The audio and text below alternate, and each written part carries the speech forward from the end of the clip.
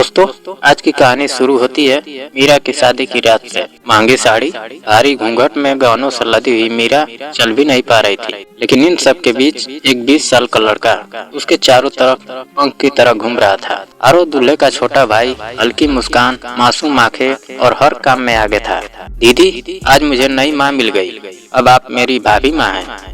मीरा हंस पड़ी। उसे लगा ये लड़का नहीं, बड़ा सा बच्चा है जिसे आखिर कोई मिल गया जिसे वो माँ कह सके। शादी भर वो उसके घूंघट ठीक करता, मेहमानों को बुलाता, प्लेट उठाता और हर पल बस एक ही चीज दिखाई देती थी, अपनापन। शादी के बाद मीरा की माँ ने एक अजीब सी बात कही, बेटा याद रखना, देवर बेटा नहीं होता, आज बच्चा लगता है, कल आदमी हो जाता है। हौसला रखो, यह तुम्हारे भले के लिए ही है। मीरा ने हंसते हुए मना कर दिया, माँ, अरे वो तो छोटा भाई जैसा है, आप लोग हर चीज में शक ढूंढ लेते हो, उसे क्या पता है। बाद में यही बात ताबीज बनकर उसके दिमाग में गूंजती रहेगी। शादी को कुछ महीने हुए, मीरा और उसका पति रवि जैतपुर के एक छोटे से किराए के घर में रहने लगे। 2 कमरे, छोटी बैठक, तंग रसोई और ठीक पीछे एक छोटा सा कमरा जिसमें आरो रहता था। घर में ऐसे आता जाता जैसे सब कुछ एक ही हो, लेकिन एक शाम फोन आया और फिर एक्सीडेंट, हॉस्पिटल, सफेद चादर।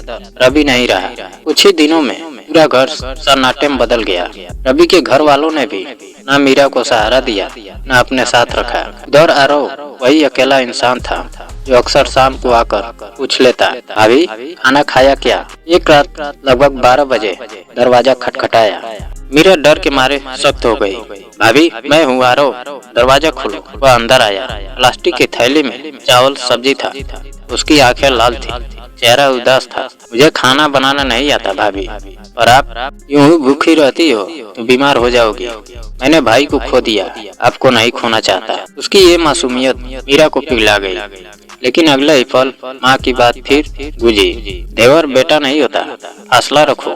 खाना खाकर आरो ने कहा, अभी आज आप ऊपर वाले कमरे में मत सोना, खिड़की छत पर खुलती है, डर लगता है। आप नीचे मेरे कमरे में सो जाओ, मैं बाहर सो जाऊंगा। उसके शब्द रात में अचानक परिपक्व लगे, जैसे कोई 20 साल का नहीं बल्कि 30 से 35 साल का आदमी बोल रहा हो।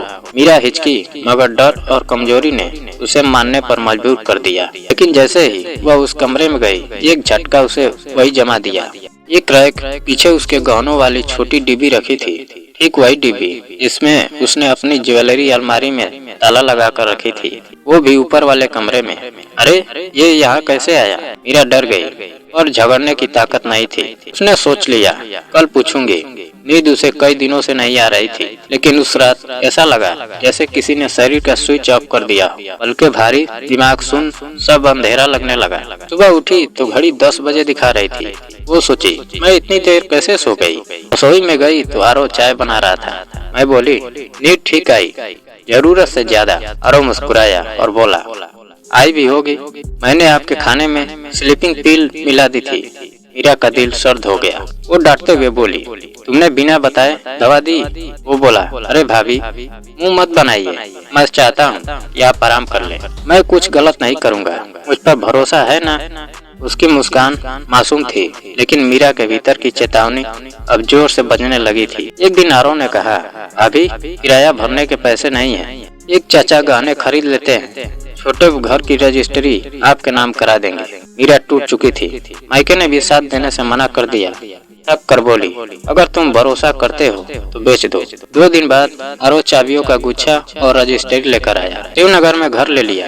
भाभी आपके नाम, अब हम अपने घर में रहेंगे। मीरा ने कागज देखे सब ठीक लग रहा था। वो शिफ्टिंग हो गई। वो थोड़ा सुरक्षित महसूस करने लगी। एक रात वो बहुत देर से घर आया। मीरा चिंता और गुस्से में फट पड़ी। तुम्हें ठीक लगता है मुझे अकेले छोड़कर ऐसे घूमते रहना। मैंने खाना बनाया और तुम घूमते रहे।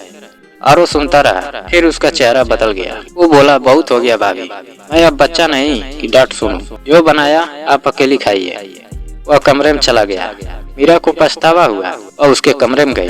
तभी आरो ने आंखों में ठंडक भर कर कहा, अभी समाज कहेगा विधवा और जवान देवर एक घर में रहते हैं। आप और मैं इस गुनाह से बचना चाहते हैं तो आप मुझसे शादी कर लीजिए। मीरा पीछे हट गई। उसकी रगों में खून जम गया। वो बोली, आरो होश में तो हो, तुमने मुझे माँ कहा था। वह बस चुपचाप उसकी प्रतिक्रिया देख रहा था, जैसे कोई शिकारी अपना निशाना तौल रहा हो। अगली सुबह जब मीरा उठी, घर का मुख्य दरवाजा बाहर से बंद था। वह फंस चुकी थी, कैद अपने ही घर में। शाम तक वह डर के मारे कांपती रही और तभी रात को दरवाजा खटखटाया। मीरा समझ गई आरो है, लेकिन जब उसने दरवाजा खोला 3 आदमी खड़े थे, मोहल्ले के नैतिकता वाले लोग। वो लोग बोले, तुम अकेली रहती हो, झूठ मत बोलो, हमें पता है तुम देवर के साथ रहती हो। विधवा और जवान लड़का, ये इलाका बदनाम मत करो। मीरा का गला भर आया। वो रोते हुए बोली, हमारा रिश्ता वैसा नहीं है जैसा आप लोग सोच रहे हैं। बस करो, मोहल्ला तुम्हारे गुनाह का बोझ नहीं उठाएगा। मायके चली जाओ। मीरा ने दरवाजा बंद किया और वहीं ढह गई। यह सब आरो के बोए हुए जहर का नतीजा था। वह अपना सामान बांध रही थी, भागने की तैयारी कर रही थी। तभी आधी रात को दरवाजा तोड़ने की आवाज आई। भाभी, भाभी, दरवाजा खोलो, मैं जानता हूँ तुम अंदर हो। आरो नशे में था। लड़खड़ाती आवाज, जहरीली हंसी, आज बात करनी है, यह घर हम दोनों का है। मीरा चीख पड़ी, दूर हटो आरो, नहीं तो चिल्लाऊंगी।